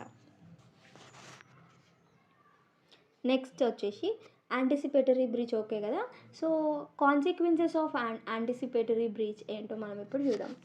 So here the promisee can claim damages. So promisee ఏం చేయొచ్చు అని అంటే లైక్ డ్యామేజెస్ క్లెయిమ్ చేయొచ్చు అనమాట. సో ఇప్పుడు ఫర్ ఎగ్జాంపుల్ ఏ బీకి రైస్ ప్రొవైడ్ చేస్తా అన్నాడు 500 రూపీస్ పర్ కేజీకి. సో రైస్ ప్రొవైడ్ చేస్తా అని చెప్పిండు బీకి ఏ. ఇప్పుడు అతను ప్రొవైడ్ చేయనన్నాడు, లాస్ట్కి వచ్చేసరికి డ్యూ డేట్ వచ్చేసరికి అతను ప్రొవైడ్ చేయనన్నాడు అన్నప్పుడు ఇప్పుడు రైస్ కాస్ట్ పెరిగిపోవచ్చు కదా. సో అప్పుడే ఏ ముందే చెప్పి ఉంటే బి వేరే దగ్గర ట్రై చేసేవాడు కదా, వేరే వాళ్ళ దగ్గర నుంచి కొనుక్కునేవాడు. సో కాబట్టి ఇక్కడ ప్రైస్ పెరగడం వల్ల అప్పుడు 500 ఉన్నది, ఇప్పుడు 550 కావచ్చు, అంటే 50 రూపీస్ లాస్ వస్తుంది కదా, అంటే డ్యామేజ్ అయినట్టే కదా. సో కాబట్టి ఎవరైతే సఫర్ అయినరో, ఎవరికైతే డ్యామేజెస్ అయినాయో వాళ్ళు వేరే పార్టీ దగ్గర నుంచి డ్యామేజెస్ క్లెయిమ్ చేయొచ్చు యాంటిసిపేటరీ బ్రీచ్ వల్ల. So this is the first consequence. And next వచ్చేసి ఇంకొకటి ఏంటి అని అంటే wait till due date for performance of the promisor thinking that he may perform. So okay, అతను ఇప్పుడు చెప్పాడు కదా, ఇంకా కొంచెం టైం ఉంది కదా, అప్పటి వరకు అతను పర్ఫామ్ చేయాలి అని అనుకోవచ్చు అని చెప్పేసి వెయిట్ చేయొచ్చు అనమాట. సో ఈ 2 కాన్సిక్వెన్సెస్ అనమాట యాంటిసిపేటరీ బ్రీచ్ యొక్క కాన్సిక్వెన్సెస్. సో యాంటిసిపేటరీ బ్రీచ్ ఎవరైనా చేసినప్పుడు మనము డ్యామేజెస్ క్లెయిమ్ చేయొచ్చు, అంటే ఇమీడియట్గా మనం కాంట్రాక్ట్ని డిశ్చార్జ్ చేసుకొని డ్యామేజెస్ క్లెయిమ్ చేయొచ్చు, లేకపోతే డ్యూ డేట్ వరకు వెయిట్ చేసి ఆ తర్వాత కూడా మనము డ్యామేజెస్ క్లెయిమ్ చేయడానికి ఉంటుందన్నమాట. So this is about the consequences of anticipatory breach. So ఇప్పుడు మనము మెజర్ ఆఫ్ డ్యామేజెస్. సో ఒక డ్యామేజెస్ని ఎలా మెజర్ చేస్తారో చూద్దాం. సో మనము డ్యామేజెస్ని క్లెయిమ్ చేయొచ్చు అని డిస్కస్ చేసాం కదా కాన్సిక్వెన్సెస్లో. సో ఆ డ్యామేజెస్ని ఎలా మెజర్ చేస్తారు, ఎట్లా క్యాలిక్యులేట్ చేస్తారో మనం ఇప్పుడు చూద్దాం. సో ఫస్ట్ వచ్చేసి if the breach is accepted immediately and contract is ended. So before due date అని చెప్పాం కదా, బిఫోర్ డ్యూ డేట్ నేను చేయనని చెప్తే అది యాంటిసిపేటరీ బ్రీచ్ అని చెప్పాం. సో అప్పుడే ఎప్పుడైతే రిఫ్యూజ్ చేశారో, అంటే ఎప్పుడైతే బ్రీచ్ చేశారో ఆ రోజే ఆ బ్రీచ్ని యాక్సెప్ట్ చేసి ఆ రోజే అనదర్ పార్టీ ఆ కాంట్రాక్ట్ని ఎండ్ చేస్తే అప్పుడు డ్యామేజెస్ ఎలా క్యాలిక్యులేట్ చేస్తారనంటే the damages are measured by prevailing price on the date of breach and the contract price. So ఈరోజు బ్రీచ్ చేశారనుకోండి, ఈరోజు ప్రైస్ ఎంత ఉంది అండ్ కాంట్రాక్ట్ ప్రైస్ ఎంత ఉంది చూసి దాంట్లో ఏదైనా డిఫరెన్సెస్ ఉంటే ఆ డిఫరెన్స్ అమౌంట్ని ఎవరైతే బ్రీచ్ చేశారో వాళ్ళు వేరే పార్టీకి ఇస్తారనమాట. సో ఇది మనం ఒక ఎగ్జాంపుల్ త్రూ అర్థం చేసుకుందాం, ఈజీగా అర్థమైపోతుంది. Prevailing price and contract price అంటే, so contract was to supply eggs అనుకుందాం. Okay, on contract date the price of egg was ₹4 and on date of breach it was ₹5. The damage is ₹1. The person who breached the contract have to pay ₹1 as damages. Okay, ఇప్పుడు ఈ ఎగ్జాంపుల్లో ఏముంది అని అంటే eggs supply చేయడం కోసము మనకి contract అనేది జరిగింది. ఓకే, కాంట్రాక్ట్ చేసుకునే రోజు ఎగ్కి కాస్ట్ ఎంత, పర్ ఎగ్ ప్రైస్ ఎంత అని అంటే ₹4 ఒక ఎగ్కి. అండ్ ఓకే, అండ్ బ్రీచ్ చేసిన రోజు ఎగ్ ప్రైస్ ఎంత, ₹5. అంటే ఇంత గ్యాప్ వాళ్ళు కాంట్రాక్ట్ చేసుకున్నప్పటి నుంచి బ్రీచ్ చేసినంత వరకు ₹1 అనేది పెరిగింది. Okay, the damage is ₹1. Okay, ఈ డ్యామేజ్ ₹1 ఉంది కదా. సో ఎవరైతే పర్సన్ కాంట్రాక్ట్ని బ్రీచ్ చేశారో వాళ్ళు ఆ ₹1ని వేరే పార్టీకి పే చేయాలన్నమాట యాజ్ డ్యామేజెస్. ఎందుకు మరి డ్యామేజెస్ పే చేయాలి అని అంటే లైక్ ఈ టైం గ్యాప్ ఉంది కదా, ₹4 నుంచి ₹5కి పెరిగింది అన్నప్పుడు ఈ పర్సన్ ఎవరైతే కాంట్రాక్ట్లోకి ఎంటర్ అయ్యారో అతను వేరే వాళ్ళతో కాంట్రాక్ట్లోకి ఎంటర్ అయిన ఉంటే అప్పుడు అతనికి ₹4కే ఆ ఎగ్స్ వచ్చేవి కదా. ఇప్పుడు నీ వల్ల నువ్వు ఇస్తా అని చెప్పి ఇవ్వకపోవడం వల్ల అతనికి ₹1 పెరిగింది కాబట్టి నువ్వు ₹1 డ్యామేజెస్ పే చేయాలి. So this is about first case. So this is about damages. So ఈ విధంగా మనం డ్యామేజెస్ని క్యాలిక్యులేట్ చేయొచ్చు. ఎప్పుడనంటే ఆ బ్రీచ్ చేసిన రోజే వాళ్ళు ఆ బ్రీచ్ని యాక్సెప్ట్ చేసి ఆ రోజే ఆ కాంట్రాక్ట్ని ఎండ్ చేస్తే అప్పుడు మనము ఈ విధంగా క్యాలిక్యులేట్ చేస్తాం. అండ్ నెక్స్ట్ వచ్చేసి if the contract is operative till the due date. అంటే మనం కాన్సిక్వెన్సెస్లో ఏం చెప్పినాం, డ్యామేజెస్ని క్లెయిమ్ చేయొచ్చు లేకపోతే డ్యూ డేట్ వరకు వెయిట్ చేయొచ్చు అని చెప్పాం కదా. సో డ్యూ డేట్ వరకు వెయిట్ చేసినప్పుడు the damages are measured by the price prevailing on due date and price on the contract date. So ఇప్పుడు ఎట్లా క్యాలిక్యులేట్ చేస్తారంటే డ్యూ డేట్ వరకు వెయిట్ చేస్తారు కాబట్టి డ్యూ డేట్ రోజు ఎంత ప్రైస్ ఉంది అండ్ కాంట్రాక్ట్ చేసుకునే రోజు ఎంత ప్రైస్ ఉంది. సో ఈ ప్రైస్కి డిఫరెన్స్ని డ్యామేజెస్ లాగా క్యాలిక్యులేట్ చేస్తారనమాట. సో ఇప్పుడు మనం ఒక ఎగ్జాంపుల్ చూద్దాము. ఎబో ఎగ్జాంపుల్ ఉంది, ఇందాక మనం తీసుకున్న ఎగ్జాంపులే మళ్ళీ తీసుకుందాం. సో ఎగ్స్ సప్లై చేయడానికి కాంట్రాక్ట్ అనుకుందాం. On contract date the price was ₹4. ఇందాక చూసినట్టే ₹4 ఉంది. On due date price was ₹6. ఇందాక ఎగ్జాంపుల్లో ఏముంది, ₹5 ఉంది, ఇప్పుడు ₹6 అయింది. అది ఎందుకు అని అంటే అప్పుడైతే ఇమీడియట్గా ఆ రోజే వాళ్ళు కాంట్రాక్ట్ని ఎండ్ చేశారు కాబట్టి ఆ రోజు ₹5 ఉంది. కానీ ఇప్పుడు ఏమైంది, ఇక్కడ డ్యూ డేట్ వరకు వెయిట్ చేశారు. ఓకే, పర్ఫార్మెన్స్ చేస్తారేమో అని చెప్పేసి వెయిట్ చేశారు వాళ్ళు, బ్రీచ్ని యాక్సెప్ట్ చేయకుండా. ఓకే, వాళ్ళు మనసు మార్చుకొని మళ్ళీ వాళ్ళు పర్ఫార్మెన్స్ చేయొచ్చు అని చెప్పేసి వాళ్ళు వెయిట్ చేశారు. కాబట్టి ఇక్కడ ఏమైంది, ఇంకా ఈ టైం గ్యాప్లో ఇంకొక ₹1 పెరిగింది కాబట్టి డ్యామేజెస్ అనేవి ₹2 అవుతాయి. ఇప్పుడు అంటే డ్యూ డేట్ రోజు ఎంత ఉంది, ₹6, కాంట్రాక్ట్ ప్రైస్ ఎంత ఉంది, ₹4. కాబట్టి ఈ ₹2 ఈ టైం ల్యాగ్ వల్ల పెరిగింది కాబట్టి ₹2 డ్యామేజెస్ ఎవరైతే పార్టీ బ్రీచ్ చేశారో వేరే పార్టీకి పే చేయాలన్నమాట. Okay, so this is the way in which the damages are measured in case of anticipatory breach. Next వచ్చేసి ద అగ్రీవ్డ్ పార్టీ అంటే సఫరింగ్ పార్టీ ఎవరైతే ఉన్నారో can ask for damages when contract is discharge. So ఈ damages ఉన్నాయి కదా, so ఆ contract discharge చేసుకున్నప్పుడు end చేస్తున్నప్పుడు డ్యామేజెస్ ఏవైనా సఫర్ అవుతే వాళ్ళు అడగనీకు ఉంటుంది. But due to breach if he receive any benefit he has to return it to the another party. Okay, ఇట్లా వేరే వాళ్ళు బ్రీచ్ చేయడం వల్ల మనకి ఒక్కొక్కసారి కొన్ని బెనిఫిట్స్ రావచ్చు. కాబట్టి అప్పుడు మనకు డ్యామేజెస్ వస్తే మనము అడుగుతున్నాం కాబట్టి మనకు బెనిఫిట్ వచ్చినా కానీ అది రిటర్న్ చేసేసేయాలన్నమాట. సో మనకి ఏదైనా లాస్ వస్తే వాళ్ళని డ్యామేజెస్ అడగాలి. వాళ్ళు బ్రీచ్ చేయడం వల్ల మనకి ఏదైనా బెనిఫిట్ వస్తే ఆ బెనిఫిట్ని వాళ్ళకి రిటర్న్ చేయాలి. ఎందుకంటే మనకి కాంట్రాక్ట్ అనేది ఎండ్ చేసుకుంటున్నాం కాబట్టి మనం బెనిఫిట్ అనేది రిటర్న్ చేయాలి. So this is about measure of damages. Okay, so this is about discharge of contract by breach. So breach చేసినప్పుడు మనము ఎట్లా కాంట్రాక్ట్ని డిశ్చార్జ్ చేసుకుంటాం అనేది మనము ఇప్పుడు డిస్కస్ చేస్తాం అనమాట. అండ్ ఇక్కడ మనం తెలుసుకోవాల్సిన ఇంకొక పాయింట్ ఏంటి అని అంటే, సో మనకి లాంగ్లో ఓన్లీ వన్ మోడ్ అడిగినప్పుడు అని అంటే discharge by breach of contract ఒక్కటే రాయమన్నప్పుడు మనము ఇవన్నీ రాయాలన్నమాట. సో యాక్చువల్ బ్రీచ్ అంటే ఏంటి, యాంటిసిపేటరీ బ్రీచ్ అంటే ఏంటి, కాన్సిక్వెన్సెస్ ఏంటి, ఎట్లా మనం డ్యామేజెస్ని మెజర్ చేస్తాం, సో ఇవన్నీ రాయాలన్నమాట. So the fifth mode in which we can discharge a contract is discharge by impossibility of performance. So when the performance is not possible it is called as impossibility of performance. So మనం ఎప్పుడైతే ఒక పని చేస్తా అని ఒప్పుకున్నామో ఆ పని ఇంకా చేయడం సాధ్యం కాదు అంటే not possible to do that thing అన్నప్పుడు it is called as impossibility of performance.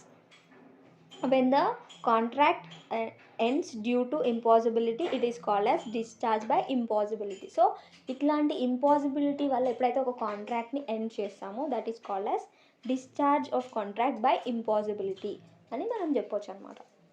Okay, that is called as discharge by impossibility of performance. Okay, types of impossibility of performance ఉన్నాయి మనకి.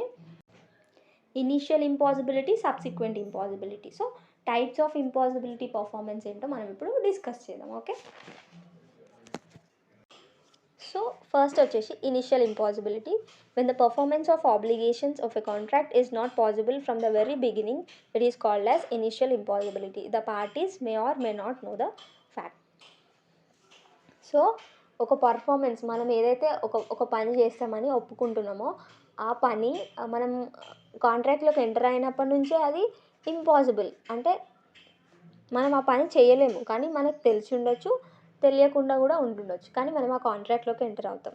సో అది ఇనీషియల్ ఫస్ట్ నుంచే అది impossible కాబట్టి first నుంచే ఆ పనిని మనం చేయలేము కాబట్టి సో అది ఇనీషియల్ ఇంపాసిబిలిటీ అని మనం చెప్పొచ్చు అనమాట. సో ఎగ్జాంపుల్ చూద్దాం మనము. A offers to discover gold by chanting for B. So ఏమని ఆఫర్ చేశాడు, కాంట్రాక్ట్లోకి ఎంటర్ అయ్యాడు బీతో. ఏమని ఎంటర్ అయ్యాడనంటే బి నేను నీకోసం కొన్ని మంత్రాలు ఇదంతా చదివి నేను నీకు గోల్డ్ డిస్కవర్ చేస్తాను నీకోసం అని చెప్పేసి చెప్పాడు. ఓకే, ఇట్లా కాంట్రాక్ట్లోకి ఎంటర్ అయ్యాడు. బీకి తెలియదు, అక్కడ బి నమ్మాడు అని అంటే అతను నమ్ముతున్నట్టే కదా గోల్డ్ డిస్కవర్ చేస్తారని. So may or may not know the fact అని మనకు అక్కడ ఇచ్చారు. Okay,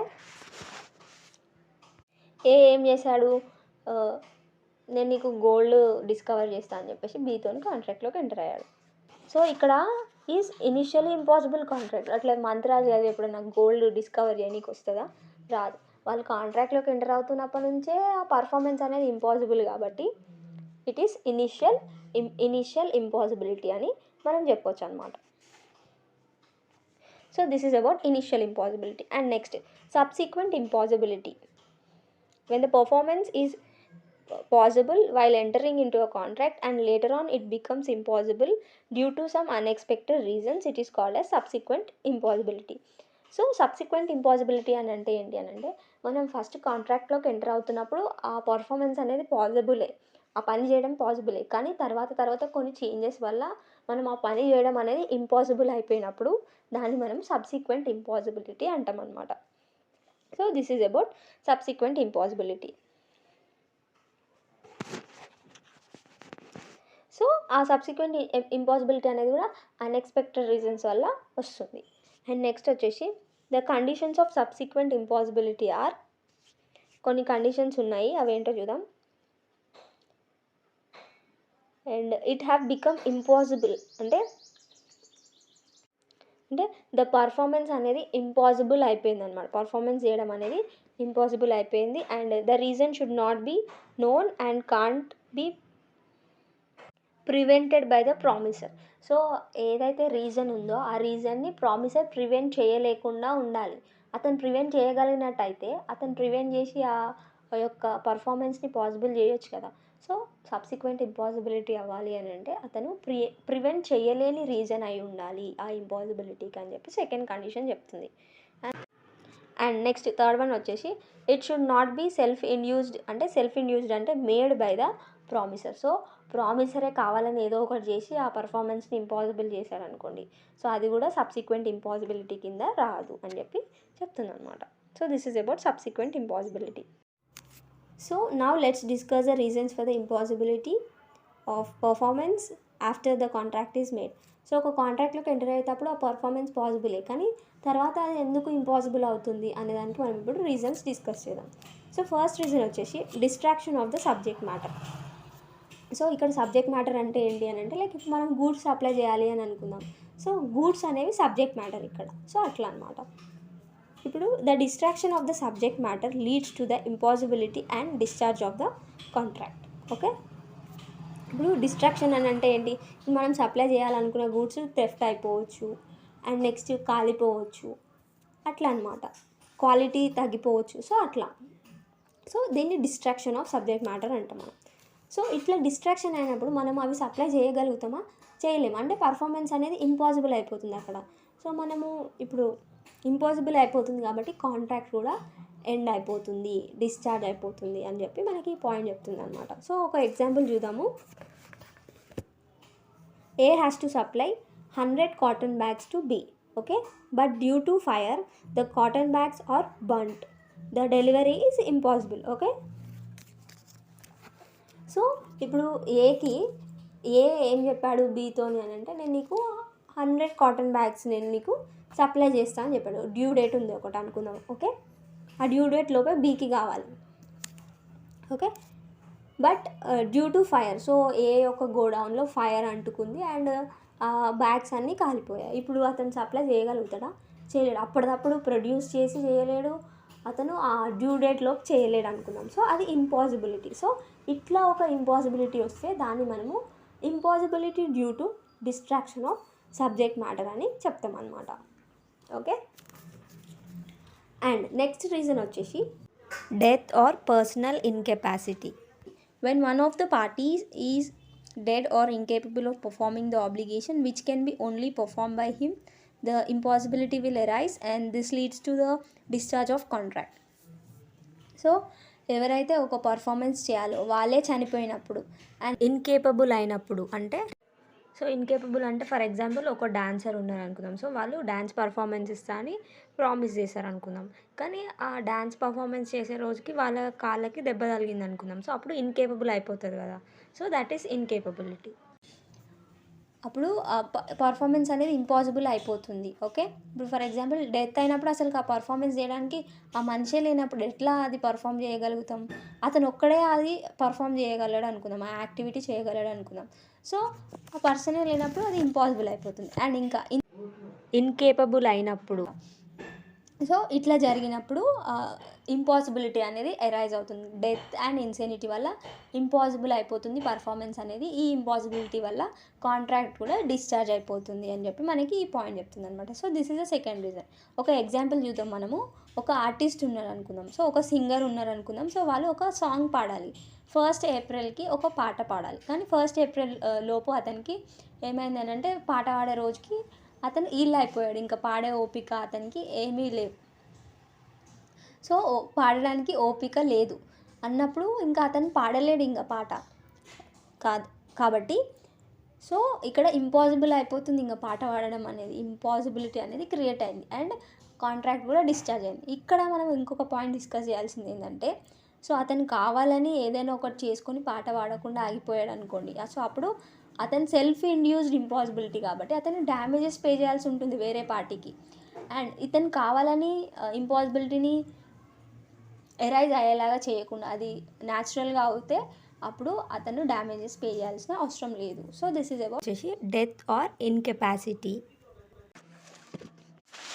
and third reason for the impossibility of the performance వచ్చేసి change in the law.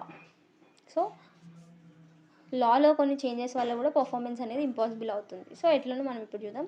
Due to some changes in the law the contract may become unlawful, hence it become impossible. So first అది లాఫుల్లే ఉంటుంది అనుకున్నాం, కాకపోతే తర్వాతకి government changes చేయడం వల్ల, లా కొన్ని changes చేయడం వల్ల అది ఆ యొక్క కాంట్రాక్ట్ అనేది అన్లాఫుల్ అయిపోవడం వల్ల పర్ఫార్మెన్స్ అనేది ఇంపాసిబుల్ అవుతుంది. సో అన్లాఫుల్ అని చెప్పినాక కూడా మనం అది చేస్తామా, ఆ పని చేస్తామా, చెయ్యం కదా. సో అందుకనే పర్ఫార్మెన్స్ అనేది ఇంపాసిబుల్ అవుతుంది కాబట్టి సో ఆ కాంట్రాక్ట్ అనేది డిశ్చార్జ్ అయిపోతుంది. Okay, this is the third reason of impossibility. Example వచ్చేసి A entered into a contract to supply some medicines to B. After some days government announces that buying and selling of that medicine is illegal.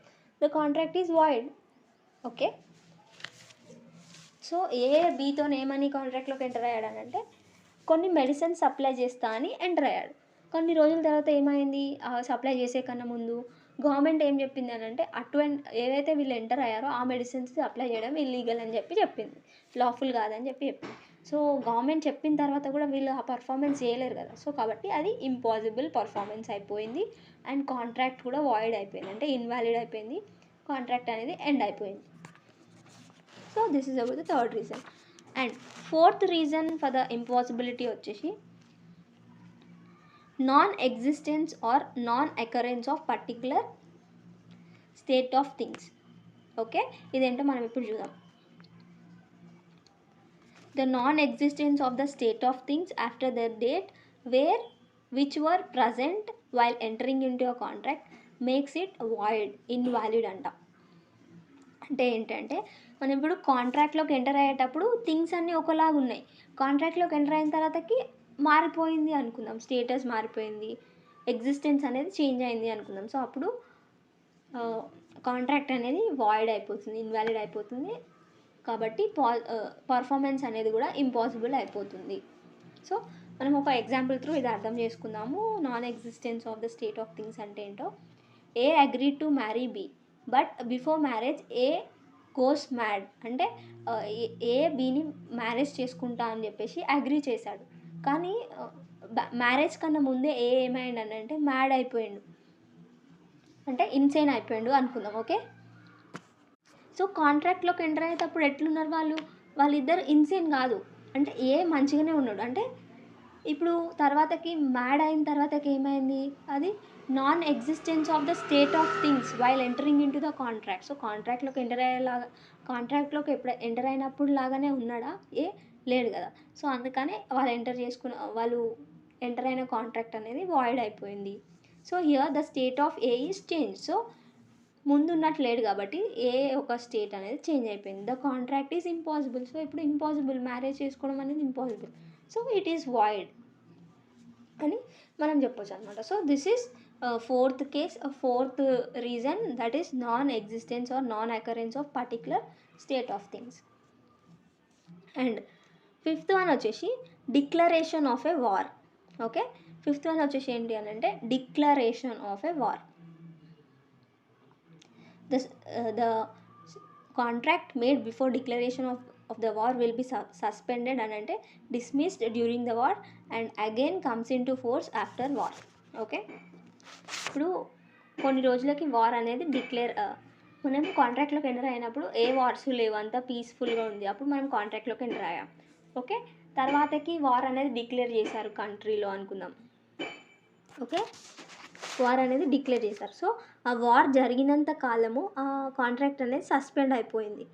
ఆ war జరిగిన తర్వాతకి కొన్ని రోజులకి మళ్ళీ అది comes into force అనమాట, contract అనేది ఫోర్స్లోకి వస్తుంది. సో వార్ డిక్లేర్ చేసినప్పుడు పర్ఫార్మెన్స్ అనేది ఇంపాసిబుల్ అయిపోతుంది వార్ కంప్లీట్ అయ్యే వరకు అని చెప్పి చెప్తుంది అనమాట ఈ పాయింట్. సో ఎగ్జాంపుల్ వచ్చేసి Indian and American made A contract to exchange cotton.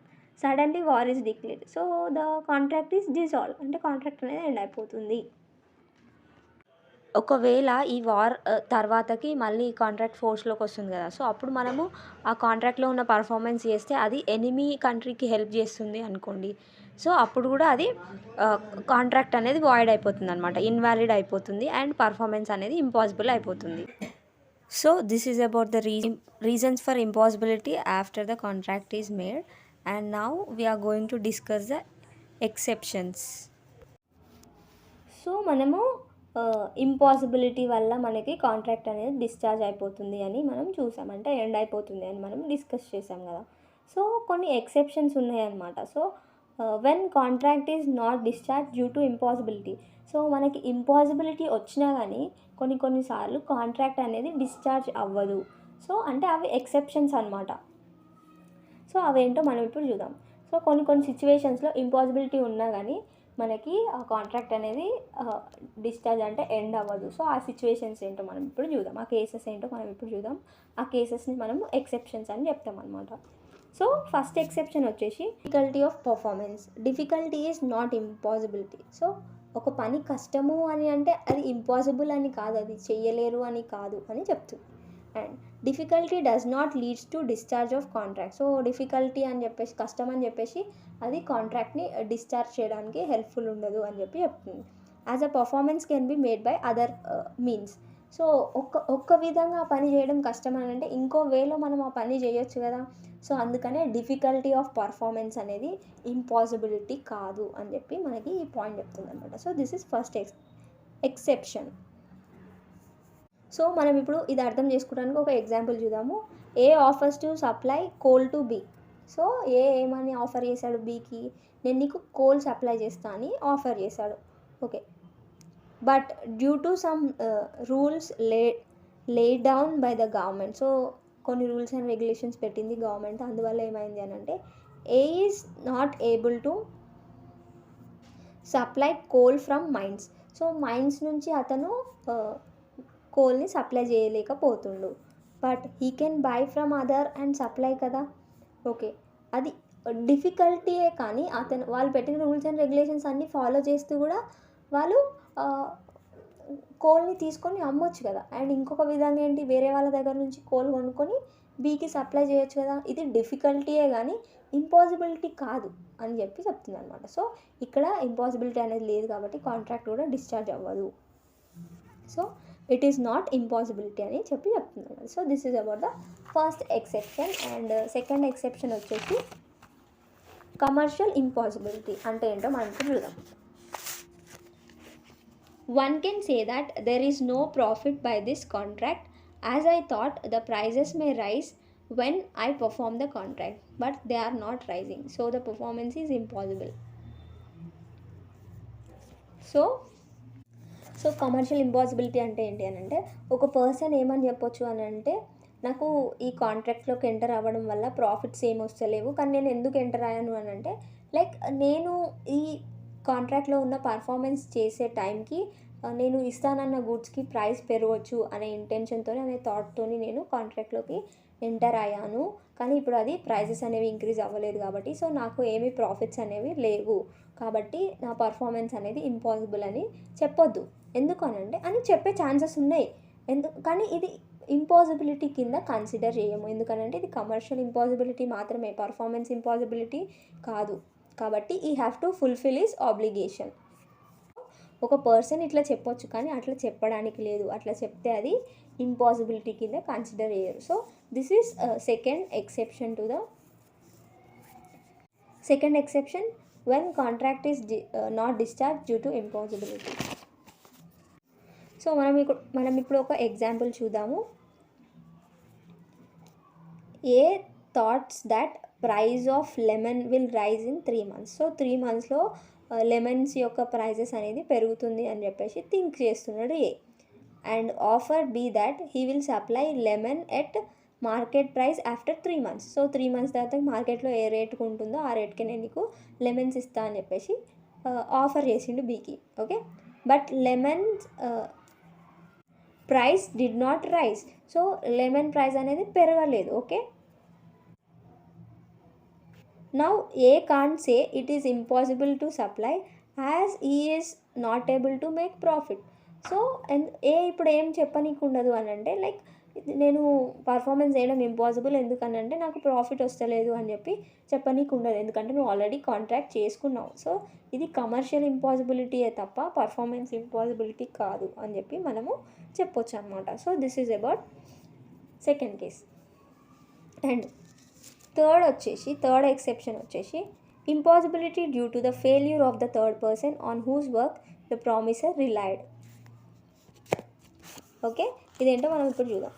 When a person enter into a contract with another person by relying on the third person, he can't say that the performance is not possible when third person breach him, as the work can be get done by the fourth person. Okay, ఇప్పుడు ఇద్దరు persons ఉన్నారు అనుకుందాం.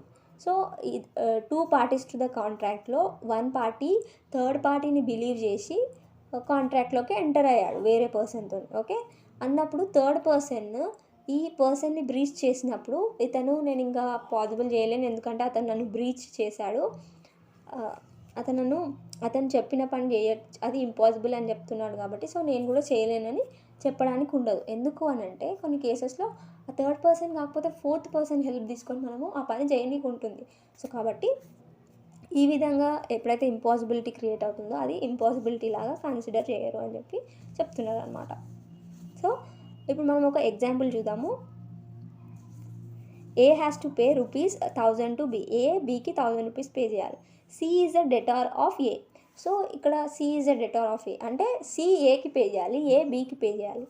ఏ thought that C will give him and he will pay to B. So A ఏమనుకున్నాడు, C నాకు 1000 ఇవ్వాలి కదా, అతను నాకు ఇచ్చేస్తాడు, నేను బీకి ఇచ్చేస్తాను అనుకున్నాడు. Okay, but C did not give now. So C ఇవ్వలేదు మనీ ఏకి.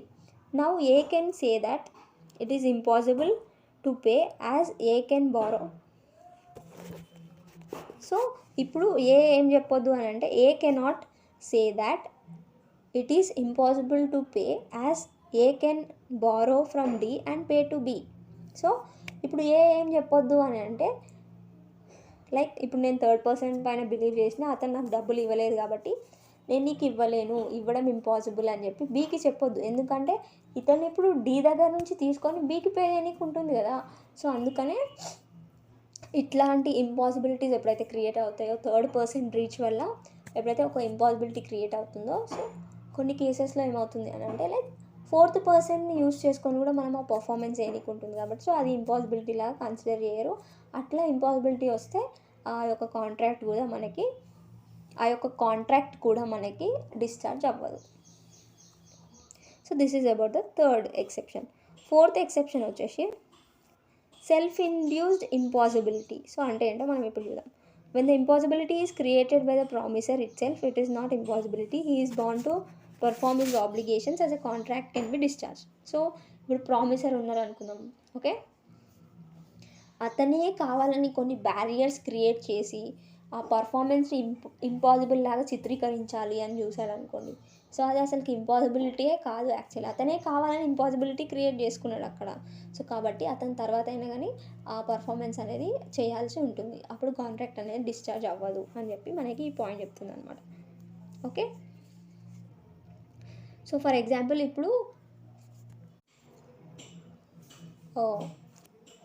ఏ బీకి ఒక వర్క్ చేయాలి కానీ తర్వాత కొన్ని రోజుల తర్వాతకి ఏకి ఆ పని చేయడం ఇష్టం లేదు అనుకుందాం. సో అతను ఏం చేశాడని అంటే లైక్ ఒక యాక్టింగ్ చేస్తున్నాడు అనమాట, నాకు చేతికి దెబ్బ తగిలింది, నేను ఆ పని చేయలేను అని చెప్పేసి. సో అతనికి నిజంగా తగలలేదు, అతని సెల్ఫ్ ఇండ్యూస్డ్ ఇంపాసిబిలిటీ అది. సో కాబట్టి ఇది ఇంపాసిబిలిటీ లాగా కన్సిడర్ చేయరు. ఒకవేళ ఇంపాసిబిలిటీ వచ్చినా కానీ ఇది సెల్ఫ్ ఇండ్యూస్డ్ ఇంపాసిబిలిటీ కాబట్టి కాంట్రాక్ట్ అనేది డిశ్చార్జ్ అవ్వదు, అతను చేయాల్సిన పని అతను చేయాల్సిన అవసరం ఉంటుంది. So this is about fourth exception. Fifth exception వచ్చేసి failure of one of the objectives. So for example ఇప్పుడు కాంట్రాక్ట్లోకి 2-3 ఆబ్జెక్టివ్స్తో ఎంటర్ అయ్యారు అనుకున్నాం, 2-3 పనులు చేయాలని ఎంటర్ అయ్యారు అనుకుందాం. అందులో ఒక్క పని ఇంపాసిబుల్ అయిపోయినంత మాత్రాన ఇంకా 2 కూడా ఇంపాసిబుల్ అని చెప్పడానికి ఉండదు, ఇంకా 2 పాసిబులే అవుతాయి కాబట్టి. సో ఒకటి ఇంపాసిబుల్ అయినప్పుడు కూడా కాంట్రాక్ట్ డిశ్చార్జ్ అవ్వదు కాబట్టి సో ఇది ఒక ఎక్సెప్షన్ లాగా మనకు వర్క్ చేస్తుంది. So when one of the objects of the contract is not fulfil it doesn't discharge the contract. Okay, ఇందాక ఎక్స్ప్లెయిన్ చేశాను కదా, 2-3 ఆబ్జెక్ట్స్తో 2-3 పని చేయాలని ఎంటర్ అయినప్పుడు ఒక పని ఇంపాసిబుల్ అయినప్పుడు ఈ మిగతా 2 పాసిబులే కదా. సో అది ఇంపాసిబిలిటీ లాగా కన్సిడర్ చేయరు కాబట్టి కాంట్రాక్ట్ కూడా డిశ్చార్జ్ అవ్వదు. అండ్ లాస్ట్ వన్ వచ్చేసి strikes, lockouts and civil disturbances. So these events does not lead to discharge unless it is mentioned in the contract. So ఇప్పుడు ఫర్ ఎగ్జాంపుల్ ఒక కాంట్రాక్ట్లోకి ఎంటర్ అయ్యాము, ఒక పని చేస్తామని.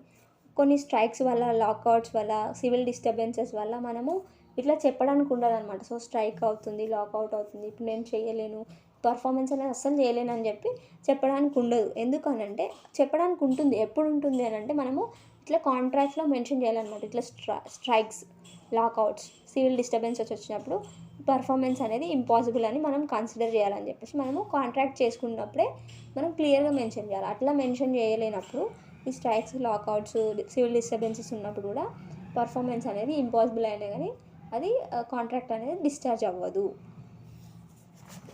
అండ్ ఇప్పుడు మనం ఒక ఎగ్జాంపుల్ చూద్దాము. A has to supply the goods to B which imported from C. Okay, which are imported from C. So A బికి గూడ్స్ సప్లై చేయాలి. ఓకే, ఏ ఎక్కడి నుంచి ఇంపోర్ట్ చేసుకోవాలి ఆ గూడ్స్ని? సి దగ్గర నుంచి ఇంపోర్ట్ చేసుకోవాలి. Okay, C could export to A. Okay, C ఏకి ఎక్స్పోర్ట్ చేస్తున్నాడు. Okay, now A can't say that supplying of goods is not possible as he can't import them from D. Okay, ఇప్పుడు example ఏంటి అని అంటే ఏ బీకి goods supply చేయాలి. ఏవైతే C దగ్గర నుంచి ఏ ఇంపోర్ట్ చేసుకొని బీకి సప్లై చేయాలి. కానీ సి కొన్ని కారణాల వల్ల, లాకౌట్, స్ట్రైక్స్ వల్ల అతను సప్లై చేయలేకపోతున్నాడు ఏకి. ఇప్పుడు ఏం చెప్పనీకు ఉండదు అని అంటే లైక్ ఇప్పుడు నాకు సి సప్లై చేయట్లేదు కాబట్టి నేను నీకు సప్లై చేయడము ఇంపాసిబుల్ అని బీతో చెప్పడానికి ఉండదు. అండ్ ఎందుకు అని అంటే ఎవరైతే ఇంకొక పర్సన్ ఉన్నారో డి ఇంకొక పర్సన్ అనుకుందాం. సో అతని దగ్గర నుంచి ఇతను గూడ్స్ ఇంపోర్ట్ చేసుకొని, అంటే ఇంపోర్ట్ అని అంటే కంట్రీస్ నుంచి చేసుకుంటే ఇంపోర్ట్ అంటాం కదా. సో డి అనే పర్సన్ దగ్గర నుంచి ఇతను ఇంపోర్ట్ చేసుకొని బీకి సప్లై చేయడానికి ఉంది కదా. సో కాబట్టి ఇది ఇంపాసిబిలిటీ లాగా తీసుకోకుండా, ఇంపాసిబిలిటీ ఉంది కానీ డి దగ్గర నుంచి తీసుకొని ఇతను మళ్ళీ వీళ్ళకి ఇయనికి ఉంది కాబట్టి, సో ఇట్లా ఇంపాసిబిలిటీ క్రియేట్ అయినా కానీ కాంట్రాక్ట్ అనేది డిశ్చార్జ్ అవ్వదు అని చెప్పి చెప్తుంది అనమాట. So these are the exception. So impossibility ఉన్నా కానీ కొన్నిసార్లు కాంట్రాక్ట్ అనేది డిశ్చార్జ్ అవ్వదు. ఫస్ట్ వచ్చేసి అందులో డిఫికల్టీ ఇన్ పర్ఫార్మెన్స్, సెకండ్ వచ్చేసి కమర్షియల్ ఇంపాసిబిలిటీ, అండ్ థర్డ్ వచ్చేసి impossibility due to the failure of the third person on whose work the promiser relied upon, and fourth వచ్చేసి self induced impossibility, and fifth వచ్చేసి failure of one of the objectives, and sixth వచ్చేసి strikes, lockouts and civil disturbances. Okay, this is about the exceptions. And మనము ఇప్పుడు discharge by ఇంపాసిబిలిటీలో మనకి last topic వచ్చేసి effect of impossibility. Okay, impossibility యొక్క effects ఏంటో మనం ఇప్పుడు చూద్దాం. సో ఇంపాసిబిలిటీ వల్ల మనకు వచ్చే ఎఫెక్ట్స్ ఏంటో మనం ఇప్పుడు చూద్దాం. సో ఫస్ట్ ఎఫెక్ట్ వచ్చేసి contract become void. So contract అనేది ఇన్వాలిడ్ అయిపోతుంది. Due to impossibility contract may be void initially. So impossibility వల్ల కాంట్రాక్ట్ అనేది ఫస్ట్ నుంచే ఇన్వాలిడ్ అయి ఉండొచ్చు. And the contract may become void due to supervening impossibility. So first నుంచే అది invalid అయి ఉండొచ్చు అండ్ సబ్సిక్వెంట్ ఇంపాసిబిలిటీ వల్ల కూడా అది తర్వాత ఇన్వాలిడ్ అవ్వచ్చు అని చెప్పి మనకి ఈ పాయింట్ చెప్తుంది. సో ఏ విధంగా అయితేనేం కానీ ఇంపాసిబిలిటీ వల్ల మనకి కాంట్రాక్ట్ అనేది ఇన్వాలిడ్ అయిపోతుంది. అండ్ నెక్స్ట్ వచ్చేసి బెనిఫిట్ టు బి రిస్టోర్డ్. అంటే బెనిఫిట్ టు బి రిస్టోర్డ్ అని అంటే ఏంటంటే any person who received the benefit under the contract must return it to the person from whom it is received. So performance అనేది impossible అయినరు అని చెప్పినాము. Okay, కాంట్రాక్ట్లోకి enter అయ్యేటప్పుడు వీళ్ళ నుంచి వీళ్ళకి సమ్ గూడ్స్ వెళ్ళాయి అనుకుందాం. ఓకే, ఇప్పుడు అతను ఇన్సాల్వెంట్ అయ్యాడు, అతను మనీ పే చేయలేడు అనుకుందాం. అన్నప్పుడు అతను తీసుకున్న గూడ్స్ అతనికి ఇచ్చేసేయాలి కదా. సో అట్లా అనమాట. సో మనం కాంట్రాక్ట్లోకి ఎంటర్ అయినప్పుడు మనకు ఏదైనా కొన్ని బెనిఫిట్స్ వచ్చినప్పుడు అండ్ ఆ కాంట్రాక్ట్ ఇప్పుడు డిశ్చార్జ్ అయిపోయింది, అది ఇంపాసిబిలిటీ వల్ల అది డిశ్చార్జ్ అయిపోయింది కాబట్టి ఆ బెనిఫిట్స్ మనకు ఎవరి దగ్గర నుంచి అయితే వచ్చాయో ఆ బెనిఫిట్స్ని వాళ్ళకి రిటర్న్ చేసేయాలన్నమాట. సో ఇప్పుడు మనం ఒక ఎగ్జాంపుల్ చూద్దాము. A has to supply some oil seeds to B. ఇది కాంట్రాక్ట్. ఏ బీకి కొన్ని ఆయిల్ సీడ్స్ సప్లై చేయాలి అని అనుకున్నాడు. Okay, B gave some advance to A. So okay, oil seeds తీసుకోవడం కోసము బి ఏకి కొంచెం అడ్వాన్స్ మనీ ఇచ్చాడు. Afterwards government ban trading of oil seeds. So subsequent impossibility ఇది.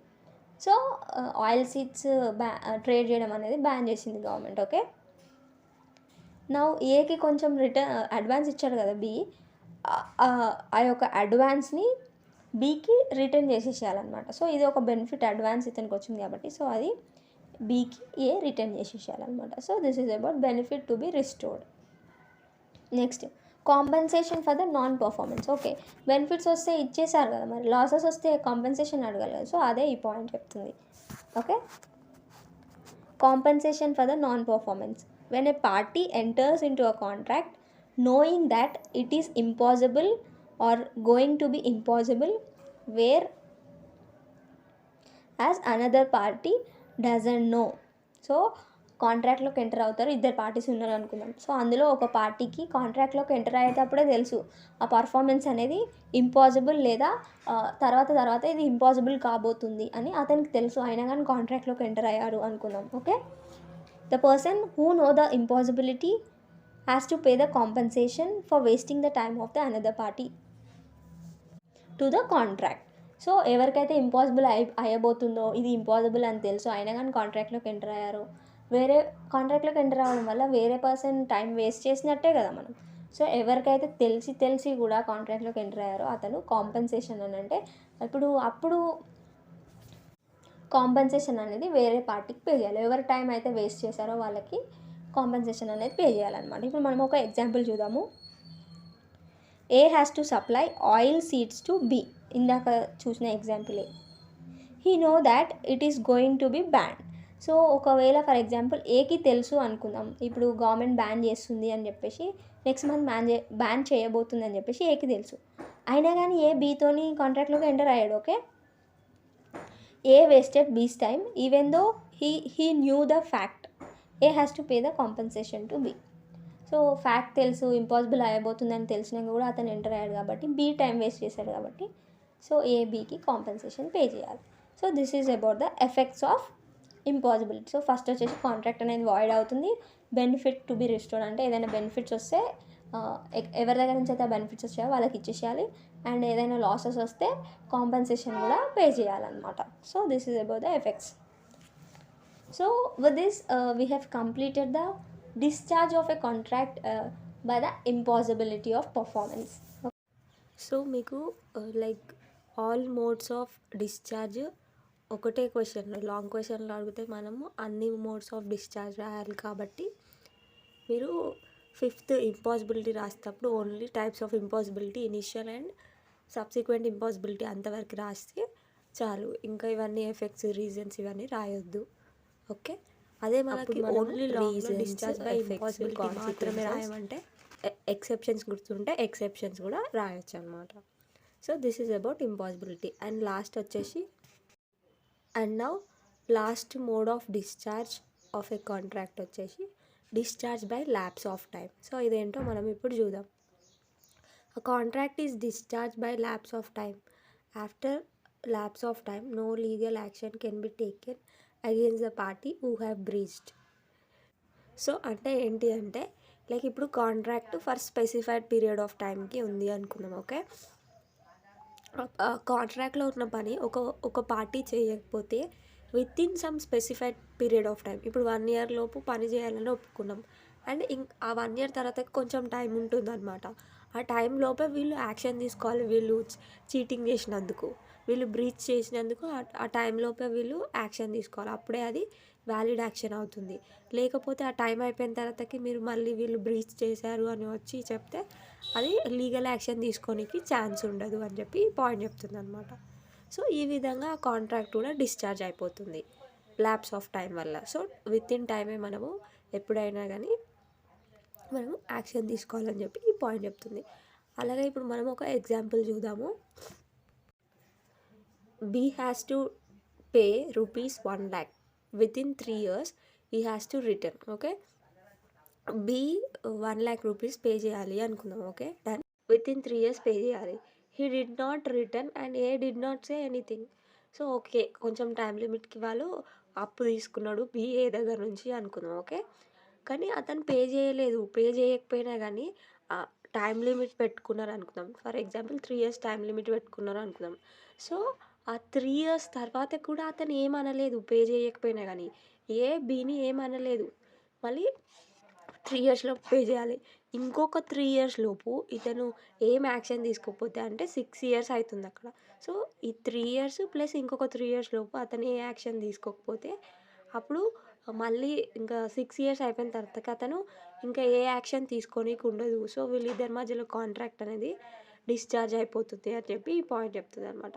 సో, మనకి డెట్ కేసెస్‌లో అంటే మనీ ఇచ్చే కేసెస్‌లో, లోన్స్ కేసెస్‌లో ఏమవుతుంది అనంటే లైక్ టైం అయిపోయిన తర్వాతకి 3 ఇయర్స్ లోపు మనం యాక్షన్ తీసుకోకపోతే వాళ్ళకి అగెయిన్స్ట్‌గా మనము లీగల్‌గా ఏ ఏ కేసు ఫైల్ చేయలేమని చెప్పి మనకి ద లిమిటేషన్ యాక్ట్ 1940 చెప్తుందనమాట. So, this is about the example.